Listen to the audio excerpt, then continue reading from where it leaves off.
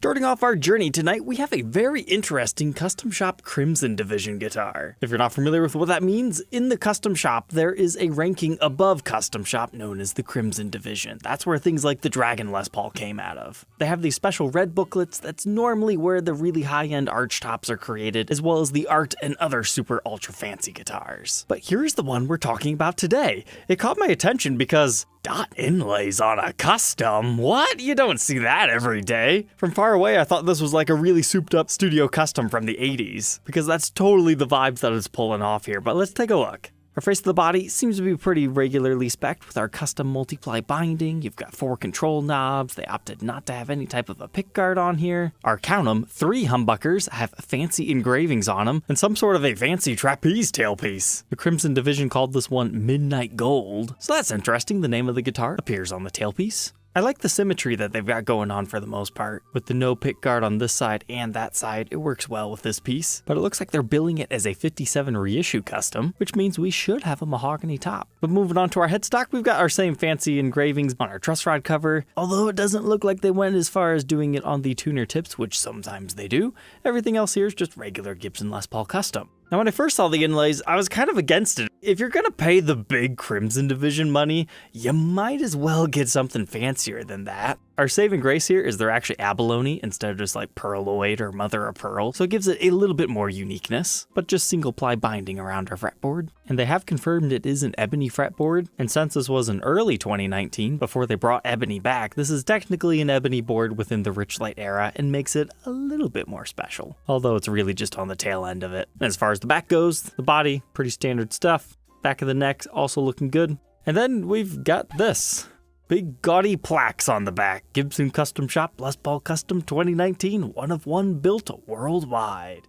So how much do you think a guitar like this would cost brand new? If this thing would have had fancier custom block inlays or Super 400 inlays, I could easily see this thing listing for like $15,000. But the seller up in Canada has it up for about $11,000. For one of the Crimson Division art guitars, if this appeals to you, it's not the worst price we've ever seen on one.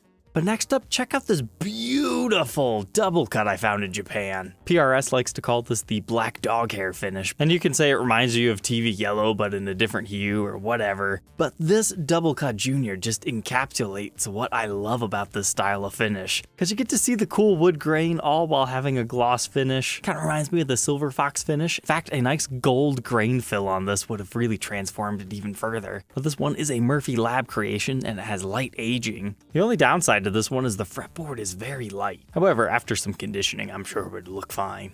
And here's our glorious back shot. But let me tell you, my friends, there's actually one more secret on this guitar. It's a little bit hilarious. It has a solid black stinger.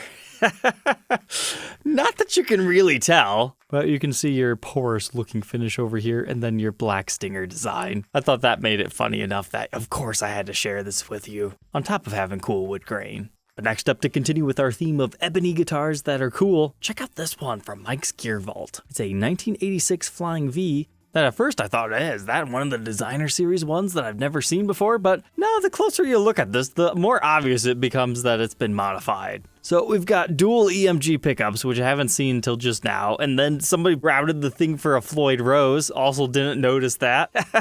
It's cool that they left the original stop bar tailpiece holes there, just for good measure, but this thing caught my attention because of the cool flamed paint job. The designer series guitars, the graphics aren't for everyone, but had there been like a flame one like this, I think people would have liked it. But maybe I'm thinking of that with current mindset versus the 80s mindset. They have replaced our Gibson logo, so the whole thing probably had a refinish.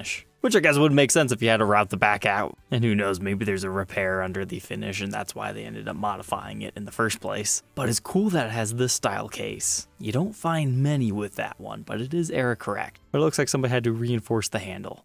So he's asking $3,300. If a modified Floyd Rose Flying V is something you need to add to your collection. Next up, I want to take a look at Joe's 1972 Les Paul Custom. Now, I think it's pretty clear that his guitar did not start life like this, but the story behind it's pretty interesting. So the whole thing's been refinished. You've got kind of a cool Ferrari red finish going on here. Definitely takes it to the 80s, and then he threw a maple fretboard on here, or he had his luthier do that. But you'll notice we've got black inlays here. Now, within the Gibson realm of things, they don't use black inlays like that. Now, I say that with an asterisk. You know, you've got things like the Dark Knight Les Paul and the Dark Side custom shops that, yeah, they do, but on a maple fretboard, generally you don't see them do that outside of a custom order, and you have to spec it that way. But he actually had his luthier remove the original ebony board, and he used that board to craft these inlays. So it's like, it's still kind of a part of the guitar. It's just the inlay instead of the fretboard. It almost looks like he went with like a gold fret wire. As far as the back, he put a Route 66 decal on it. Looks like he left the neck just raw, maybe oil finished. So kind of a cool customized guitar. But now you're telling me that you're warming up to the maple fretboard? All right, now I got this custom to show ya. Oh, I love this thing. Iguana burst, super flamey, gold hardware, and it's got the maple board. It's not traditional, not in the slightest, but you have to understand this one from a historical context. We had just talked about the Richlight era. That's 2011 through 2019. You can find these customs around 2011, 2012. This one's actually pretty late, 2018. But there was a large group of people that said, I'm not buying a brand new custom unless it has real wood. So that's why we saw rosewood get used, maple get used, and a few other alternatives. And dealers would custom spec them this way. I had a red Les Paul custom just like this one, and I will forever remember that guitar. However, I think I remember that one more so because I just changed the Mesa Boogie amp, but that thing played and sounded so good. I hate the fact that the maple boards in this era are not lacquered and goopy goop like the 70s and 80s ones, because that causes them to get dirty really fast like you're seeing right here. But this color combination and that board, it just works. They're very cool guitars. I would highly suggest checking one out if you're not scared of bucking tradition. As far as the back, just a nice dark green color. He's asking $6,500, but he is open to offers. But if a little bit more traditional is your style, check out Ryan's guitar right here, a 1979 Cherry Sunburst Custom. I had to click on this because chrome hardware clown bursts are beautiful in my opinion. I think they look better than gold because it tames down the circus act. But this one also got my click because look, kind of a nice figured bird's eye top. It's not overly in your face, but it's a figuring style that you don't see too often in the custom realm in this era. I can tell it has been refretted, and somebody's replaced the knobs for sure, but I wanted to find out, is this actually truly factory chrome? Because it's had some replaced parts right there, the nut, that's been done. Usually that gets done at a time of a refret, but who's to say that they wouldn't change everything else? This is actually the photo that we're looking for. Usually, people don't bother to change out the studs of the bridge, and that seems to match, so yeah, I do believe this one to be factory chrome. They are out there. And you're saying, hey Trogly, why does this look so weird? It's because A, the lighting's probably not the best, and B, this is a really dark mahogany body, and this is a really light colored maple neck. It is the same finish, trust me, it just looks different on different wood. Here's a slightly more lighted shot, but you can still see what we're talking about. But if you don't quite have the custom shop budget today, you might enjoy this next one. It's one of those Les Paul Signature 120th anniversary guitars, so that tells us it's from the year 2014. Every guitar that year had this doofy inlay. So if you like it, great. If you think it's something special, sorry to burst your bubble. But that top on this one is excellent. I love the uncovered double black pickup bobbins. You still have your switch over here.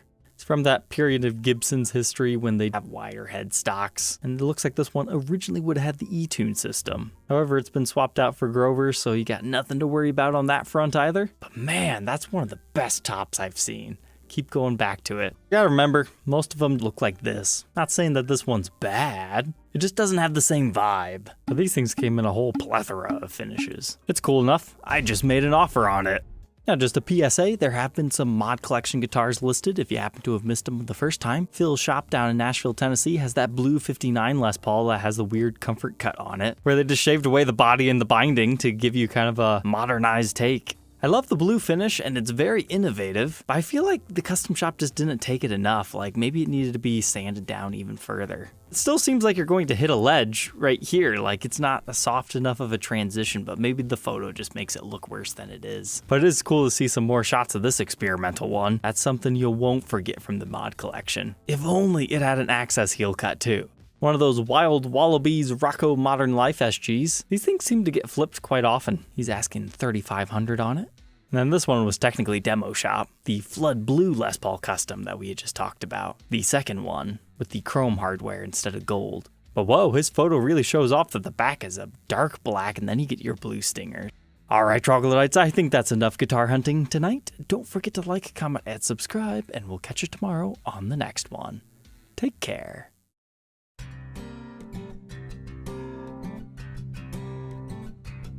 If you enjoyed tonight's episode, consider subscribing. I post videos like this every day. And you might even enjoy this next one.